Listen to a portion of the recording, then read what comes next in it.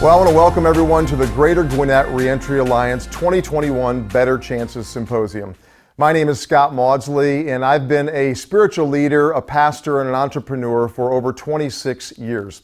I now have the opportunity right here in our community to be a part of a great nonprofit called Corners Outreach, working with the working poor families of our community to help in the areas of educational and economic development. I've also been blessed over the past year to be a part of the leadership team of a project called Gwinnett Cares, which is a project of the Gwinnett Coalition to help during the COVID-19 crisis. The reason why I'm so honored to be a part of this symposium today is because the work of the Greater Gwinnett Reentry Alliance is something that's very meaningful for me. Over the past 26 years, I've had the incredible opportunity to journey with several people coming out of incarceration as returning citizens. In fact, one of my closest friends many years ago made some choices that put him in prison for several years. And I remember as he was returning back into the community, having conversations with him about how difficult it was, how discouraging it could be, and frankly, how alone he often felt in the process. And I remember thinking back then, I can't imagine being alone, trying to figure out how to access the right resources, how to find the mentoring, how to find the tools to become an active participant in society again. And that's the reason why the Gwinnett Reentry Alliance exists. They want to make sure that no one is alone in the process. And so in the symposium today, you're going to hear from several great leaders who are doing very important work to help our re-entering citizens. Today we're going to start by introducing you to the president of the GGRA, Lorenzo Lewis. Lorenzo is a servant of God, a faithful husband, a father, and a papa. Lorenzo is a certified and ordained Christian life coach that specializes in reentry. He has a heart for those that are currently incarcerated and those that are reintegrating back into their communities.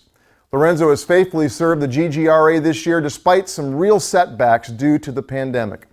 With all the unforeseen challenges, he has remained steadfastly focused on the mission of the GGRA. Would you please join me in welcoming Lorenzo Lewis? Thank you, Scott, for that wonderful introduction, and your check is in the mail. Well, good afternoon, everyone. Thank you all for joining us. You know, we know last year was an incredibly challenging year for us all. And in 2019, none of us knew what we were going to face at the start of 2020. The COVID-19 pandemic totally took the wind out of our sails. And as many of you, we here at GGRA had to figure out how we would go forward as an alliance.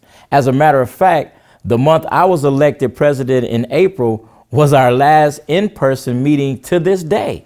We really had to come together as an executive committee and board to figure out our next steps. Now, together and thinking what we would do collectively, we decided to take the luncheon into the virtual space. And I must tell you, the experience has taught us several things about ourselves and us as an alliance. And I will say this, our partners and our members really rallied around us, and we have navigated through these waters together. Through learning creative ways to stay connected, we were able to bring very enlightening knowledge from providers, influencers, members, and law officials to share with those at the virtual luncheons via newly instituted platforms. Now, one such platform was our new segment, Conversation with the Candidates, during the 2020 Gwinnett County elections. Now, this allowed our Alliance community through conversation-style questions to hear the heart of the candidates running for the various offices without the banter usually displayed in debates. Now, some of our community were even able to voice questions for the candidates during the conversation. Another instituted segment was our networking breakout rooms, where we would randomly pair our attendees in several groups and place them into small meeting rooms in Zoom and pose pertinent questions relating to reentry. We would have them discuss for 5 to 10 minutes and then reconvene in the main room to talk about their thoughts.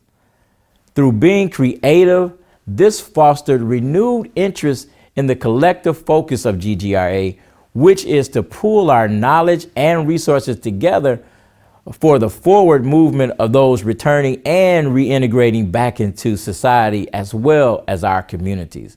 Now, as we continue through 2021 with like-minded and like-hearted individuals, organizations, and communities such as yourself, we most certainly will continue to be a strong ally for those impacted by incarceration here in Gwinnett County and the surrounding areas. So as Scott mentioned, this afternoon, we have several awesome men and women speaking that are influencers in the space of reentry, mental health, and addiction. So lean in and enjoy the 2021 Better Chances Symposium. God bless. I'm here with Deborah Wengrow. Deborah is the Social Services Director for the Salvation Army in Gwinnett. How you doing today? Hi, good to see you. Thank you for inviting us. Oh, it's a pleasure having you here. And I have to tell you, the Salvation Army has a special place in my heart. Well, bless you. Yeah, so let us know a little bit about who you are, Deborah, and what you do at Salvation Army in Gwinnett. Well, I'm a Christian social worker, and I practice the social work at the Salvation Army. I'm also a member of the congregation at the Salvation Army of Gwinnett County. As you may know, the Salvation Army has a long history of serving the least of these. It was founded by a minister in London, England, over 150 years ago, who was very concerned about those struggling with homelessness and impoverishment. And we've continued that mission today through the Salvation Army's work. So my ministry at the Salvation Army is to reach out to those who are struggling with homelessness and for those who are at risk of homelessness to prevent them from becoming homeless. We try to be a solution to homelessness in Gwinnett County. So that we're not just finding a temporary place for somebody to stay for a night or two, but providing them with the hospitality and the community of the Salvation Army so that they can reconnect with jobs and health care and everything they need to become stable and independent and stably housed again in Gwinnett County. Wow, that's a wonderful backstory, and I'm sure I'm not the only one that was enlightened by hearing all that wonderful information about the Salvation Army. I didn't know all of that. Wow, so I'm sure that 2020 gave you some unique challenges over there at the Salvation Army. Tell us a little bit of how that affected the organization. Well, for sure. I mean, but Christian social work is always full of obstacles. That's just part of the job. But we became more digital, I guess, as everyone did in 2020. The calls didn't stop from folks struggling with homelessness. In fact, they increased. I mean, folks felt kind of really abandoned out there at the beginning when everything shut down. So we were getting lots of calls and had to adapt. Had to learn how to do online applications and, telecommunication applications, Zoom classes, and streaming our worship services. So we've gotten really good at all of that. We're real proud of ourselves now. Wow, so it actually sounds as if what was perceived as a challenge actually became an opportunity for your organization to actually grow it and just add on to the tools. Absolutely, and further our outreach. That's wonderful. So with that being said, what is Salvation Army looking to do in the future? Well, we for sure want everyone to get healthy, and we would really like to be in person. I mean, that is ministry. We really want more of that. We are open for in person now, but of course have to be spaced and masked and all of the above. But for sure, we really want to reopen our doors, but we're going to continue our digital outreach. We're going to continue our streaming and our Zoom classes and so forth, because we for sure can reach more that way.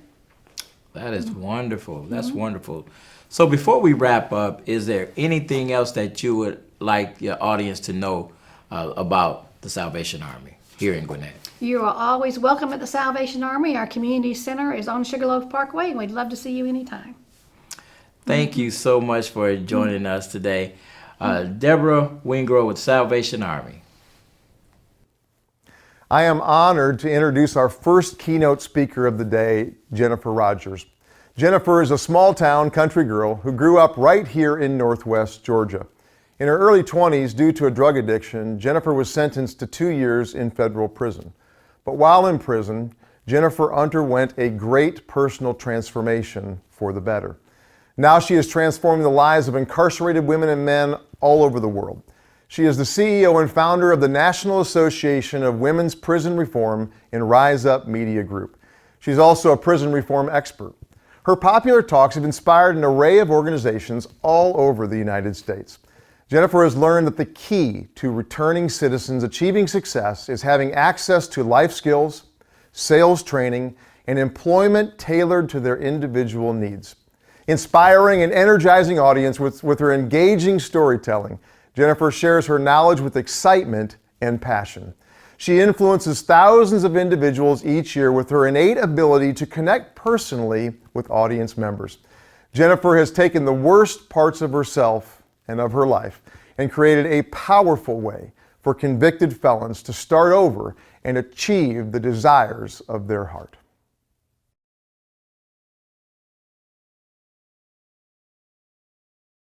My name is Jennifer Rogers, and I am the founder of the National Association of Women's Prison Reform, Rise Up Media Group, and the Ruth Sanctuary. I'm so honored to be here today, and I hope that by telling you a little bit about my story and the things that I have went through, that I can inspire someone today to make the same changes that I have been able to make and overcome in my life.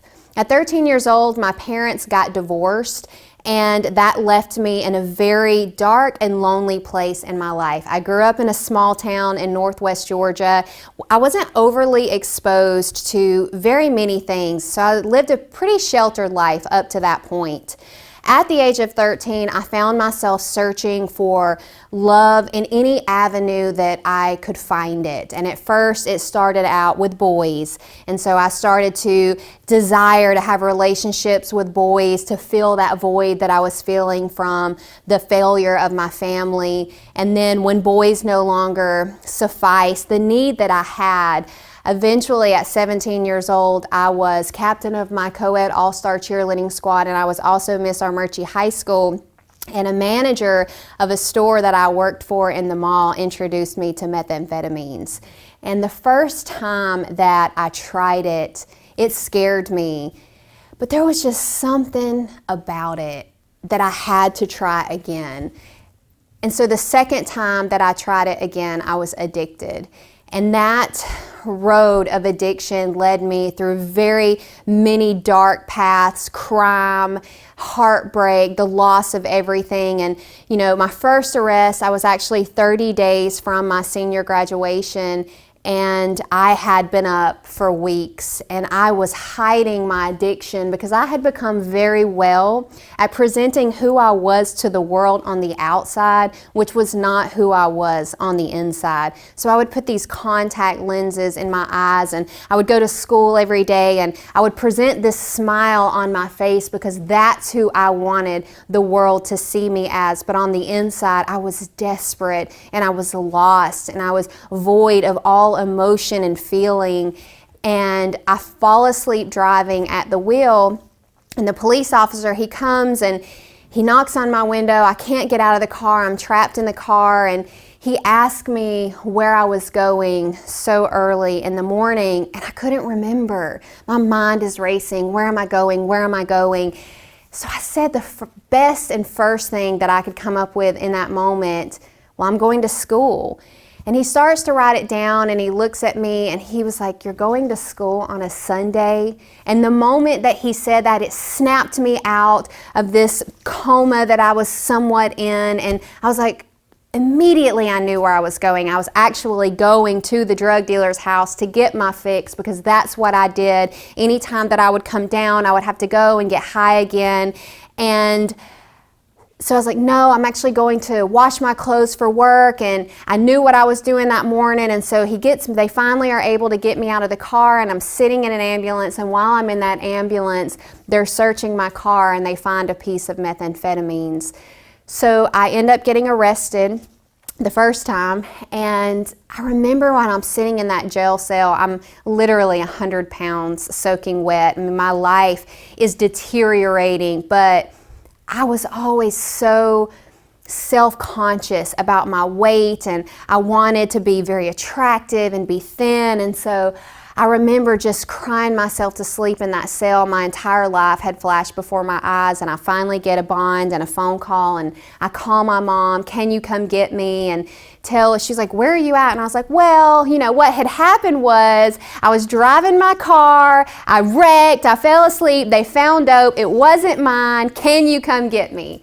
So her and my dad show up at the jail together, something that I had not seen in a very long time since their divorce. And they're standing on the other side of that glass, and they're like, you have a drug problem, you're a drug addict, and we're not getting you out unless you go to, you agree to go to Wynwood.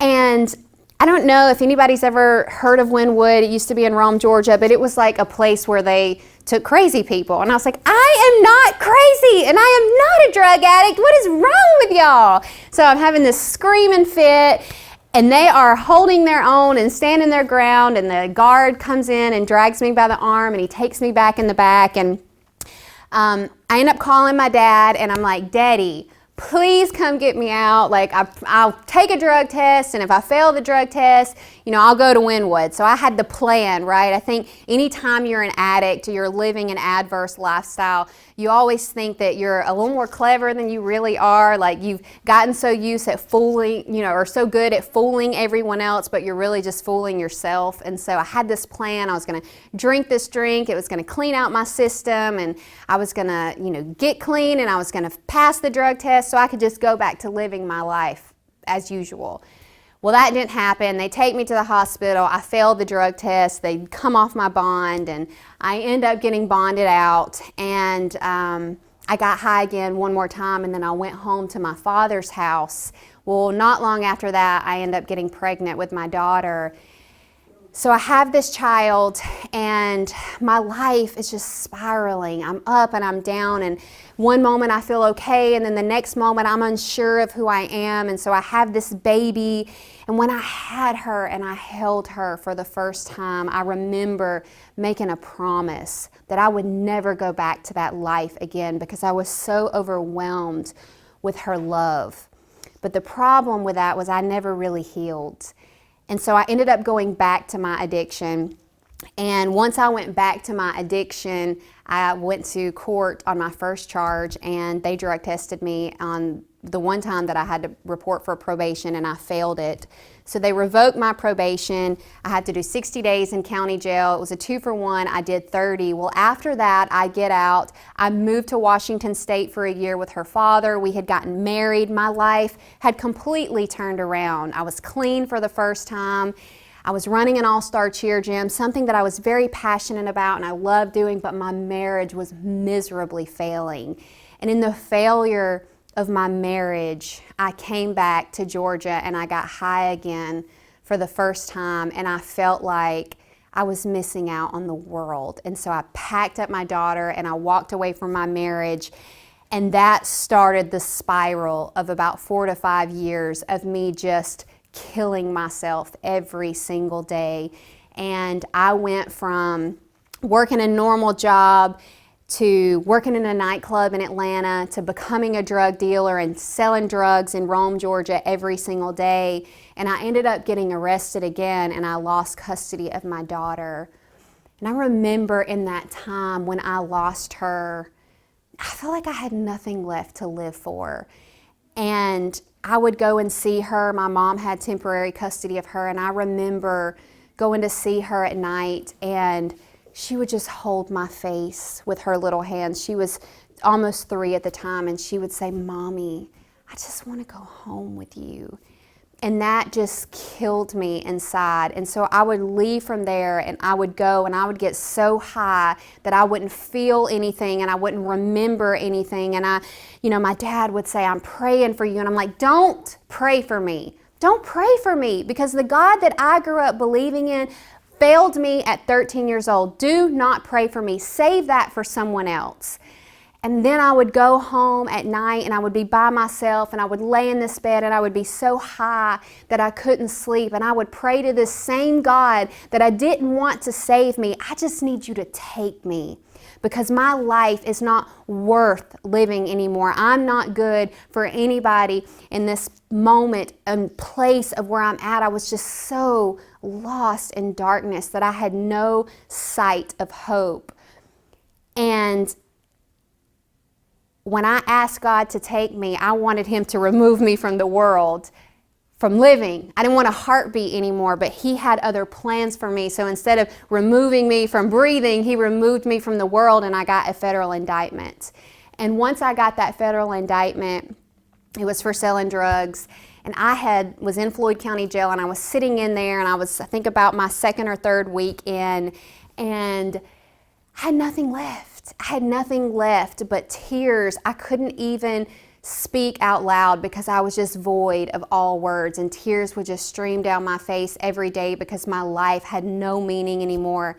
And a woman came into that jail with a church one day, and she comes up to me, and I never had a conversation with her. She didn't know why I was there. She said, "Can I pray for you?" And I said yes. And she put her hand on me and she prayed for me. And once she got done, she looked me directly in my eyes and she said, "You will never go back to your addiction again." And in that moment, I could breathe again for the first time. The veil was lifted. I knew that I would never go back. So I run to the phone and I'm dialing. I'm like, "Daddy, I am healed. Please come get me out." He's like, "Are you crazy? Like, we've heard this before." My mom's the same thing. "We've watched you self-destruct over and over again. No, we're not getting you out. You need to sit in there. You've made a mess of your life." And so I stayed in there for 4 months. And during those 4 months, I got intentional about who I was and what I wanted and about getting clean. So finally, my mom ended up bonding me out. And I was out for almost a year. And during that year, I got involved in faith-based recovery groups up in Rome, Georgia. I spoke, I told my story, I was in counseling. I did all of the steps. But I still wasn't able to have contact with my daughter because I had lost full custody of her in my divorce. And I remember my sentencing time was coming around, and the judge in Georgia had ordered my ex-husband to come to Georgia with my daughter because I had filed a petition to be able to see her. Well, my sentencing date comes up on the same calendar date as that, so he rescheduled that hearing. And I knew that there was a chance that I would go to prison, but I prayed for one thing. And the one thing that I prayed for is I want to see my daughter. So I go to sentencing on my federal indictment, and my mom's up there and she's crying and she's a court reporter and she's telling the judge she's not the same person that she was a year ago. Please don't send her to prison. I'm afraid of what it will do to her if you send her to prison. I see this every day. And the judge very matter-of-factly said, she may not be the same person that she was a year ago, but maybe she'll learn to have a little more respect for the law. The guidelines ask for 30 months. I'm going to round her 4 months up to 6, and she will serve 24 months in a federal prison. And in that moment, I felt nothing. I was numb. I heard my father and my mom sobbing in the background, and I walked out of that courthouse, and still I felt nothing. A couple of months went by and I finally got my self-surrender letter, which would tell me where I was supposed to go. And I was supposed to go to a minimum security camp, and I ended up getting sentenced to a maximum security federal prison, which just so happened to be in the same state that my daughter lived in the same town. So when the judge found that out, he ordered my ex-husband to allow me to see my daughter supervised, so I got to see her before I self-surrendered into this maximum security federal prison. And the day that I self-surrendered, I did not see daylight until the day I left 2 years later. And I remember when I first got in there, I was angry. I was angry at God. I'm like, I've done the steps. I've done everything that they said I was supposed to do. I've done everything that you've asked. I've changed my life. Like, why am I here? He didn't answer. So I sat there and I started to read this book called The Captivity Series. And a woman by the name of Katie Souza wrote that book, and her story was very similar to mine. So while I'm reading this, I hear God speak to me. He says, you need to read the book of Isaiah. So I start to read this book, and he begins to speak to me, and I'm writing a book while I'm in prison. I'm intentional about what I want for my life and where I'm going, and I didn't know what I was going to do, but I knew I was called to prison ministry, and I knew that God would make a way. And so finally the date comes when I'm getting ready for my halfway house date. And I'm so excited. And so I go in there, and I'm talking to my counselor, and she's like, oh, by the way, we denied your halfway house time. I was like, why? Why would you do that? And she was like, oh, you have strong ties to the community. And I was like, strong ties? Like, I have no ties. I know you've read my file. I have burned every bridge that exists in my life. She's like, well, you have parents. So I'm in there now for an extra 6 weeks, and now I'm mad again because I'm like, what is the meaning of all of this? So the week before I am scheduled to go home, the chaplain had scheduled a visitor to come in for ministry. And so I sign up to go to the ministry, and I'm down there, and it ends up being Katie Souza.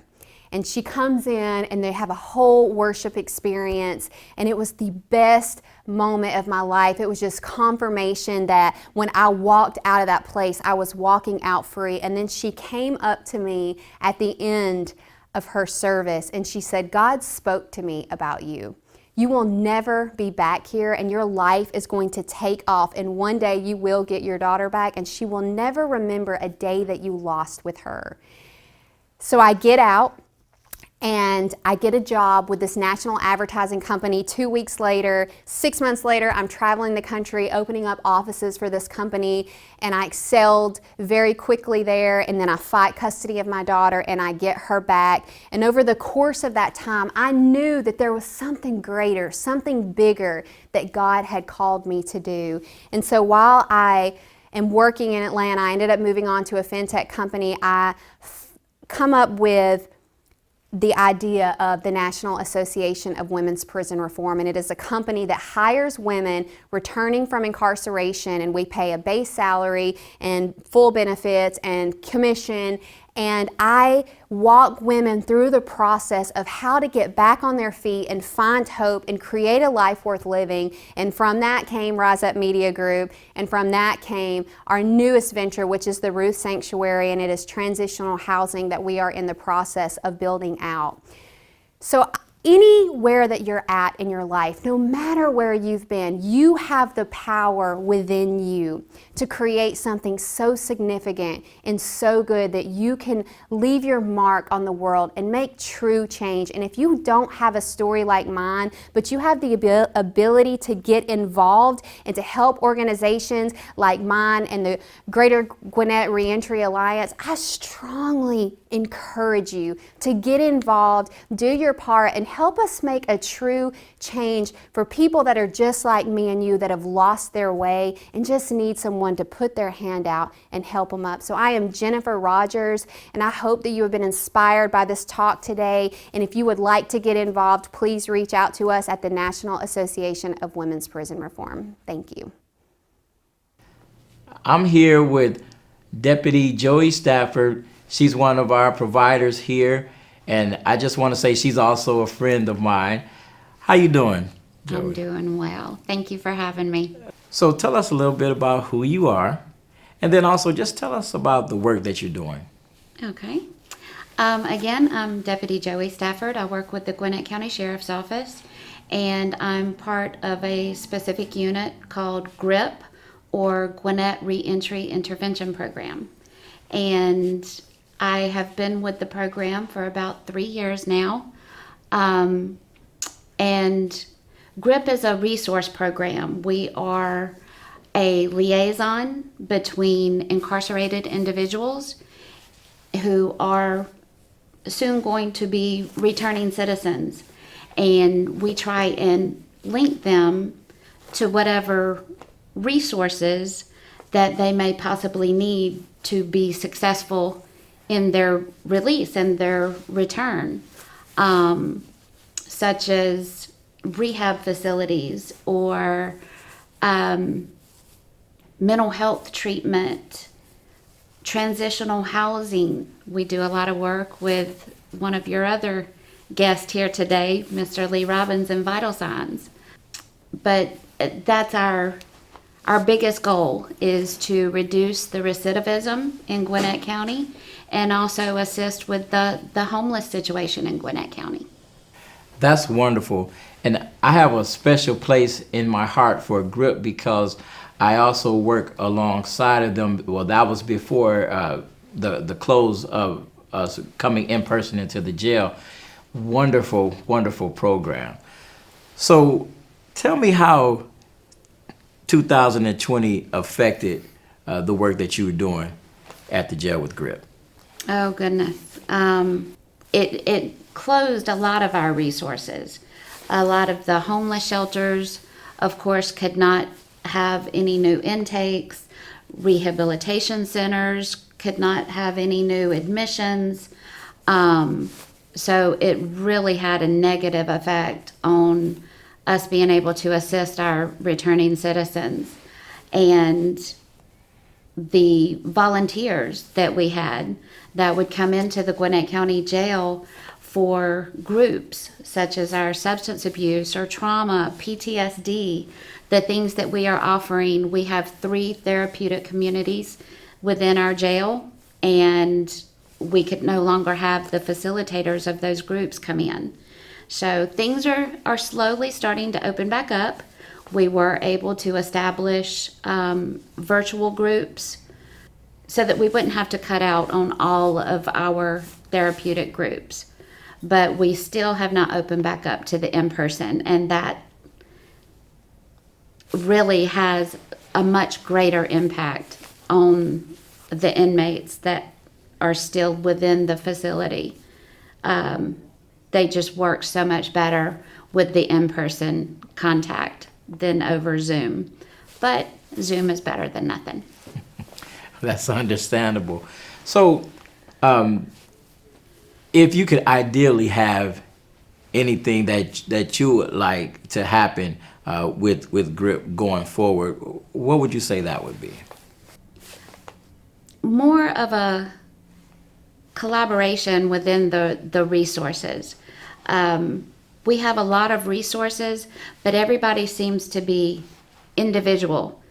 They're not working as well with each other to offer, greater services and more services. Ideally, that's what I feel would be a better success within the program, was just to have more collaboration between everybody. All right, that's awesome. Any last things you would like for us to know about GRIP? GRIP is growing by leaps and bounds, and it's going to take a part. Everybody has to play their part for it to be successful, and we are just looking forward to seeing what the future holds for GRIP and Gwinnett County and our returning citizens. Awesome. Thank you so much for joining us today. Thank you for having me. Deputy Joy Stafford with GRIP.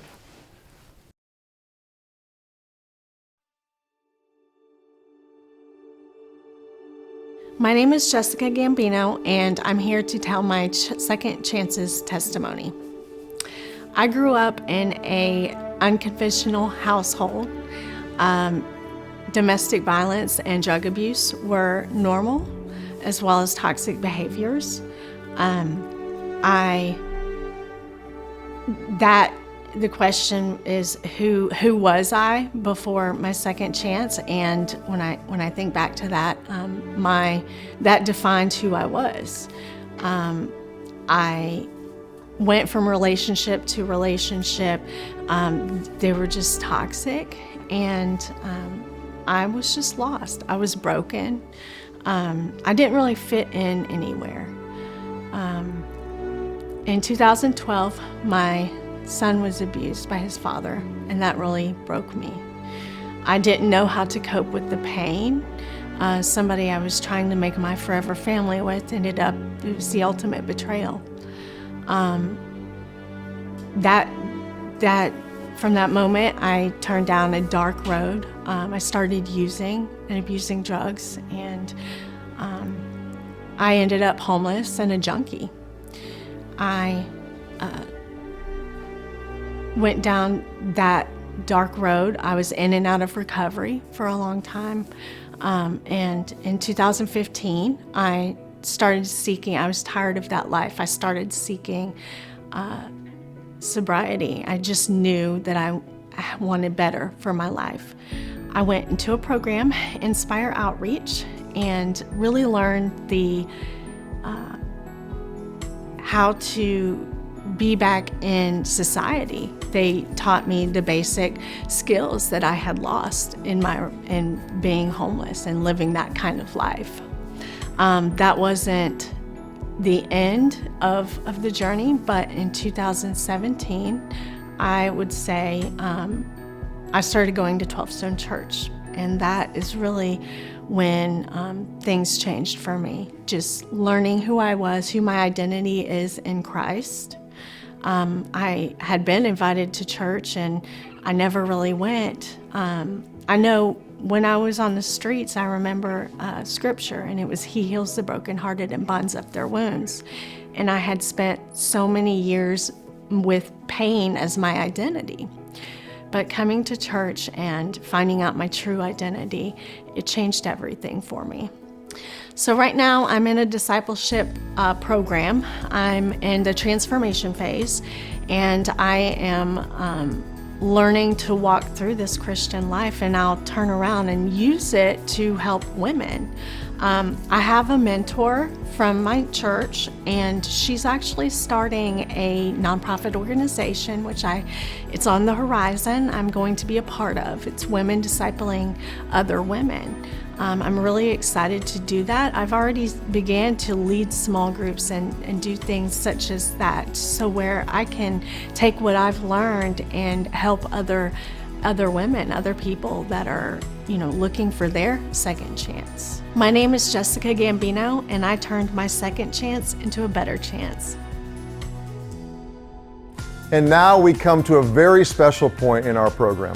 Last year, the GGRA instituted a new award to recognize the efforts and accomplishments of the returning citizens of our community. The award is named in honor of former Governor Nathan Deal, based on the outstanding work that he did reaching across party lines to provide second chances to returning citizens. Our first nominee is Amy Ard, founder of Motherhood Beyond Bars, which provides services and hope for women who are pregnant, in jail, and needing a better chance for their children. Next, we have Pamela Hillman, founder of LifeChangers Legacy, a one-on-one spiritual mentoring program for incarcerated individuals. She used her own transformation while in prison as inspiration to reach out to others in need. She has also rolled out secondary methods of reentry services to set up women and men on a path of success as they re-enter society. Our third nominee is David Berger of Bridge the Gap Ministries. He has served people at this courthouse ministry for over 20 years, praying with and serving families on the front end of the legal process. Our final nominee is Mirabin Fromm. Ms. Fromm was arrested here in Gwinnett for prostitution, and it was discovered that she herself was a victim of sex trafficking. After going through the program at Out of Darkness here in Atlanta and completing her recovery at Grand Recovery, she now helps others suffering from addiction and sex trafficking as a resident of We Are Living Proof Ministry. Here with us today, we have Russell Gray, founding member of GGRA, to present the Second Chance Award.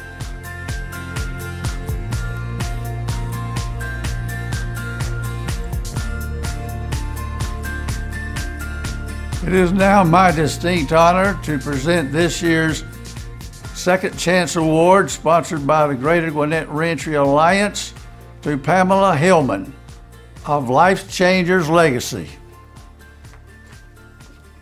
Thank you so much, and I'm so grateful. Thank you, everybody at GGRA, and I just want to say, as far as the women and the men in prison, that if we want to do this restorative justice from the outside. We really have to start from the inside. And that's what we do at LifeChangers Legacy. We have a mentoring program. We actually have a 4-phase workbook curriculum. It's research evaluated, best practices, and it's infused with the Word of God. And He is who healed me. I was incarcerated in 2010 for 18 months. I was addicted to cocaine, alcohol, pretty much anything that I could get for 35 years. And the Lord touched me in prison, and that's what we want to do, is actually touch them so they will be changed and have a better chance when they come out. And we have a halfway house that we're opening. We also have a Uniquely You Resource Center in Cumming, Georgia, that will offer classes. We offer all sorts of health and wellness, and we invite you to look at lifechangerslegacy.org and at the Uniquely You tab and learn more about that. Get engaged with that. And excuse my voice. We thank you all for being a part of the Greater Gwinnett Reentry Alliance as well. And we thank you for partnering with them, because we reach more people when you partner. And we thank you for that. And I just want to tell you also about the COVID relief grant that we did in December. We were able to help 50 individuals. Actually, we were able to help so many individuals with $50,000 worth of relief funding from Gwinnett County. And we also, LifeChangers Legacy also has another grant that it's a reimbursement grant. So we have to actually help the individuals and they reimburse the money to us. But for those that are in need, we're offering this again. If you're behind on your rent, you're behind on your utilities, then we can help you with that. And you can get in touch with Greater Gwinnett Reentry Alliance for more information, or you can contact LifeChangers Legacy for that as well, lifechangerslegacy.org. And we just thank you so much for partnering with us. If we don't have people like you that have a heart's compassion to reach back to the lost and forgotten, they will repeat once they come out. So we have to change their mindsets while they're in and walk alongside them. This mentoring program is done online through email and video visit. You can invest an hour of your time a week and change a life. Walk alongside them till they come out. Then we walk alongside when they get out. We offer all sorts of things, but without your help, we can't do it. So we do thank you for that. And again, thank you for partnering with GGRA. God bless. We're here today with one of our partners, Lee Robbins. Lee, how you doing? Doing well, Lorenzo. Good to be with you. Good to see you as well. Absolutely. So, Lee, tell us a little bit about who you are and what you're here to talk about today. Well, Lorenzo, I am the founder of Tackle the Shackles, and excited about what's happening with Tackle the Shackles because we're connecting with NFL football players all over the country. And our desire is to connect with other providers, reentry providers throughout the country, so we can all come together and be unified. Many hands make lighter work. Wow, that's wonderful. And I know that those that are hearing this, as well as I have really are gaining an interest into what is going to go on with Tackle the Shackles in the future. So tell us, Lee, in 2019, 2020, in the midst of COVID-19, how did that affect you in the efforts that you're trying to do now? Well, it was a positive thing and a negative thing. Let's start with the negative. You know, obviously all the things that many people have gone through the COVID, the prisons shut down and we were not able to go in. So it forced us to really be more creative and literally gave us more time to think about how can we help these returning citizens. And so as I was watching all the social issues going on TV, where we had NFL football players somewhat reluctant to take a knee because they did not want to offend people and take a knee, but at the same time, they wanted to be involved with social justice. And so my heart went out to them. And so I decided, well, let me create Tackle the Shackles for them so they can get off their knees and roll up their sleeves and get involved. So I thought, man, they got great star power. They got great influence. They have a way in bringing people together. And so I started recruiting, alumni, NFL alumni. And so we started Tackle the Shackles for that purpose of, helping people come together, helping not only here in Georgia, but throughout the United States to come together, to bring about awareness, to bring about education, to also bring about financial support, because these players, owners, and all that around the NFL, they have the means to be able to empower providers just like yourself and GGRA. Awesome. That's wonderful. So we heard the premise of what Tackle the Shackles is. We heard about some of the pitfalls that you had to navigate through. Mm-hmm. So going forward, what is the vision that you have for Tackle the Shackles? Well, when we look at the statistics, when you got 2.2 million people that are incarcerated in the United States, that's more people incarcerated throughout the whole world put together. When I think about also 1 out of 4 individuals who are in foster care, they end up going to prison. When I think about 128 out of 128 kids, their parents are in prison. There's a 70% chance that they will go to prison. So it becomes generational.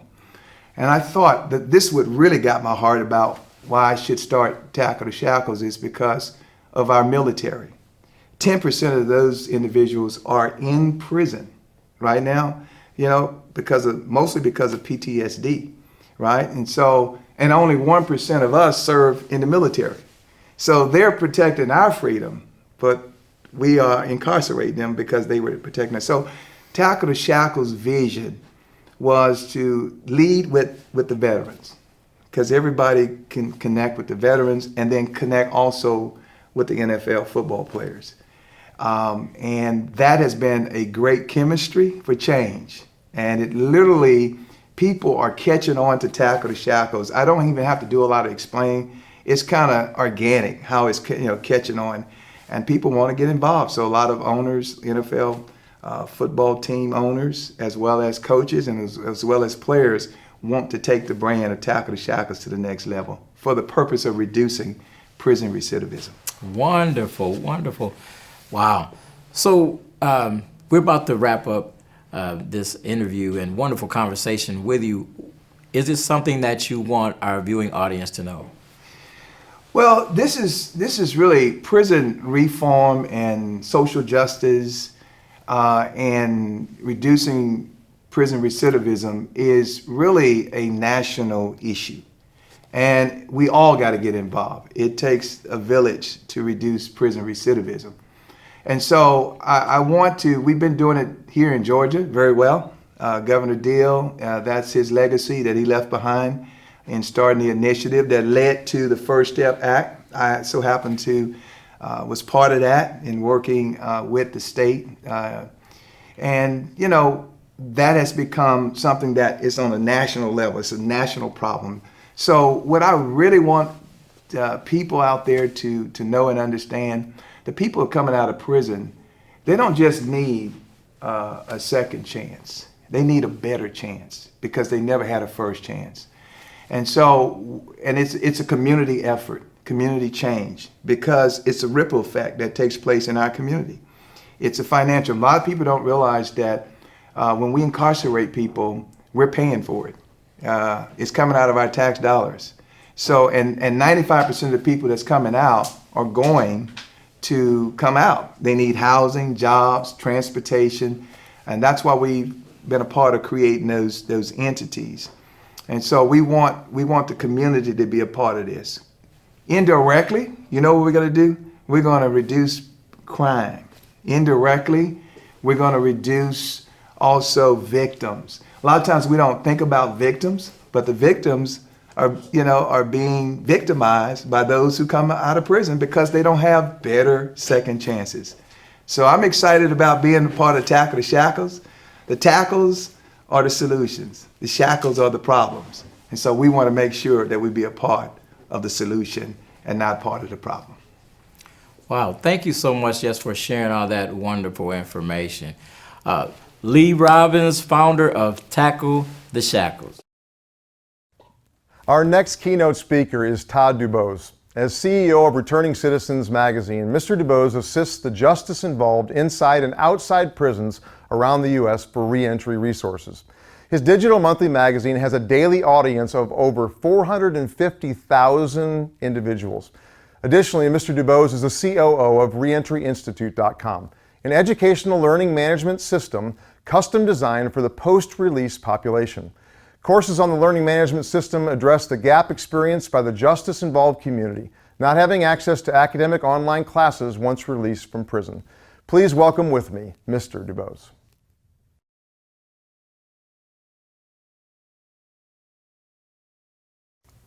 Hi, I'm Todd Dubose, CEO of Returning Citizens magazine. We have all types of content floating around nowadays with social media. But when we talk about magazines, there's a plethora of magazines available. You've got National Geographic, magazines about cats, magazines about dogs, Time magazine, and the list goes on. We have to have content. We live for content. But what I noticed, we didn't have a magazine for the justice involved community. I couldn't find a magazine on the coffee table that talked about best practices as it relates to returning citizens. No magazines at the doctor's offices. No magazines in waiting rooms anywhere in regards to returning citizens. Let's unpack what the Returning Citizens magazine is. The magazine is about transportation. We have individuals that get released every day. But a lot of them don't have transportation. So we talk about that. We ask them to come up with a plan so that when a loved one is ready to pick them up, they know it's going to be that individual. Versus coming out the gate, standing on the sidewalk, not knowing what to do or where to go. The magazine is really a challenge. It's a piece of work where we want to help that individual come up with a plan. As just mentioned, individuals are released all the time, but they don't have a plan. They need to find out ahead of time that they're going to stay with their aunt or their uncle or their grandmother. But they need to do that ahead of time because, as we know, individuals pass on. So your plan in regards to staying with your grandmother, you can't do it now. Your grandmother's gone. So what's your plan B? In each issue, we constantly challenge them. We constantly say, what's your plan in this area? What's your plan in that area? I mentioned transportation. Then we've got clothing. Hey, they need clothing when they get out. They need pants, shorts, undergarments, socks. They need all of that because remember, they're starting over. So we're that organization, we're that magazine that's going to tell them you can go to certain Goodwill stores and they'll give you a coupon for a certain dollar amount and you just go in the store and pick out clothes. Pick out clothes that are going to help you to get a new start, a new beginning. The magazine also talks about veterans. Now, veterans is probably the smallest group in jails and prisons, but they're there nonetheless. So when they get involved and they're arrested and charged and sent to a correctional facility, let's just take this example. We have a veteran that's a disabled veteran. So this individual is compensated every month from the Department of Veteran Affairs in connection with his or her disability. So they're incarcerated, and let's say the person was getting 80% disability every month. Well, once you're incarcerated, that goes down to 10%. So now you're probably asking yourself, well, Todd, what happens to the other 70%? I'm glad you asked. It can stay where it is and nothing happens, but let's just say that disabled veteran is married. Our magazine will tell them what they need to do, the forms that they need to fill out, so that the spouse can get that 70% until the other person is released. Those are the types of things that we talk about in the magazine. Another example, we have ports all over the country. They bring in goods from China. They have these big cargo containers that they put on these ships. And once these ships arrive, they have to be unloaded. A container will come down and rest on a truck bed, and it goes. It's gone. But in order to work at a port, you have to be cleared. Our magazine talks about that. Our magazine talks about the fact that there is a TWIC card that you get from the Department of Transportation that gives you access to the port so that you can do your job. Furthermore, if you've been incarcerated, it does not exclude you from being cleared as a CDL driver delivering those containers where they need to go. We also focus on women. Women are not, it surprises me that women don't get the coverage. They're not made aware of the benefits that are available to them. We cover those as well. We even have an issue dedicated to resources for women.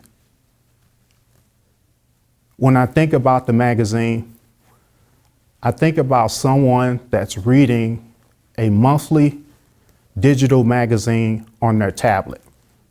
We are very happy that these individuals, when they wake up and they come about and go and check out their tablet, they'll read our magazine just like you would sit down and read a newspaper. We really, really, really are happy that they do that.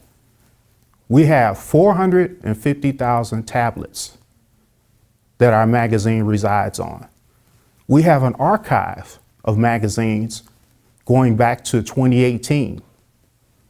Now, a lot of those resources, even though we're talking 2018, for the most part, is still going to be relevant. You still have to have a plan. You're still looking for a job. You're looking to reunite with your family. That's a big deal. So when individuals take the time and look at all of the issues, they're ready. They have a plan. They understand what they're up against. And they know that when they get out and they meet up with their family, okay, we talked about all these things during our visits. Were you able to find someone that will be willing to interview someone formerly incarcerated? So if you look at the magazine, you've got the family on the outside, and you've got the confined individual looking at the magazine on the tablet. What happens, it allows them to work together as a team, and they'll read and take in those resources just like their loved one that's incarcerated. But they can help them so much more if they know what to do, if they know what services are available.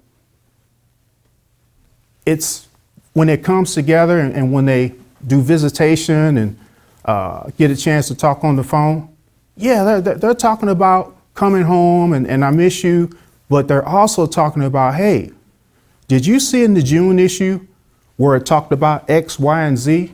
Yeah, I saw that. Can you help me with that? Can you help, get me ready so that when I get out, we'll already have that done. We talk about jobs. We talk about employers that are second chance friendly, that will hire formerly incarcerated. And the beauty behind that is when we're able to share who those employers are, when they go to interview, they're holding their heads up high. They're not nervous. They're not worrying about talking about their past because that employer already knows that he or she has a past. They just want to talk about your qualifications to see if you're going to be a good fit for the job. So our magazine covers the confined population on the inside. But what we learned over time is that when individuals are released, there's a gap. While they're incarcerated, they're exposed and they can use a learning management system where they can take courses, music, movies, just all types of information. But once they leave the facility, they no longer have access to that. So once we realized there was a gap, we took our mission to the next level. We decided to create a learning management system for the formerly incarcerated to continue taking classes, to learn about best practices when engaging your parole officer. We talk about, there's just a plethora of courses. Another example is, how do you go about getting your Social Security card? Well, we have a course on that. It talks about that. How do you go about getting your driver's license? We have a course for that. How do you apply for Medicare/Medicaid? We have a course on that. And it just goes on and on and on. And by them having access to over 115 video-based courses, they're able to get prepared and find out what's the latest and greatest. You know, when you look at an individual that's been incarcerated, say, 15 years, there's a good chance they don't know anything about social media. They don't know about Instagram. They don't know about Facebook. They don't know about LinkedIn. We have those courses on our LMS so they can learn about LinkedIn, learn about Instagram, learn about Facebook. Because when they're released, this becomes part of their world. And if they don't embrace it, it's going to really be complicated with the way that they communicate. When you think about a learning management system, you think about courses that you can take. The nice thing about the learning management system that we stood up is courses can be taken remotely. This tool was built to work alongside of the tools that help individuals once they're released.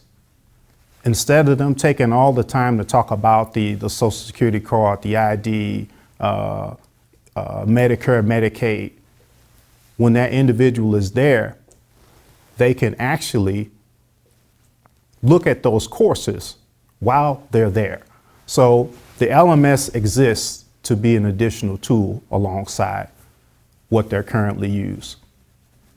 So I just like to emphasize as I close, our magazine helps on the inside. We have an LMS that helps individuals on the outside. So I think what we do is considered, in my opinion, a 360-degree program. Thank you for your time. At this point in our program, we would like to acknowledge each of our reentry partners for the outstanding work that they do serving the returning citizens in our community. This year's partners are Navigate Recovery, Ridgeview Institute Monroe, Voice Nation, LifeChangers Legacy, Bridge the Gap Ministries, Inspire Outreach, Life Empowerment Enterprises, Assimilate, Viewpoint Health, and Hearts to Nourish Hope. Their collective work this year, despite the struggles through the pandemic, have continued to benefit and enrich the lives of returning citizens across this diverse county. One of those partners is Navigate Recovery, who is so kind to offer us their facility to record this year's symposium. So here with us today, representing Navigate Recovery, is my good friend and co-founder, Barley Barge. Thank you, Scott. Well, we're so glad to have GGRA here with us today because they have a special place in our hearts, because so many of the people that we serve through addiction recovery are the same people they serve. We know that nearly 80% of the people incarcerated are there because of offenses they committed as a result of substance misuse and addiction. And that's why this partnership is so important to us and the Gwinnett community. So we're honored to have you here today, Scott, and we're honored to be a part of this partnership. The great work of the GGRA could not happen without the support of our members across the community. And we want to invite you to take a next step in partnership by following us across social media at Gwinnett Reentry, also coming to our website at GwinnettReentry.org, where we have information for you about ways you can partner with us financially, opportunities to sign up for news and info, and also the opportunity to join us at our monthly meetings where you can go deeper in understanding the issues and how you can help. We're so honored that you would be here with us today, and we look forward not only to seeing you in the days ahead more connected to the GGRA, but also certainly next year at our 2022 Better Chances Symposium.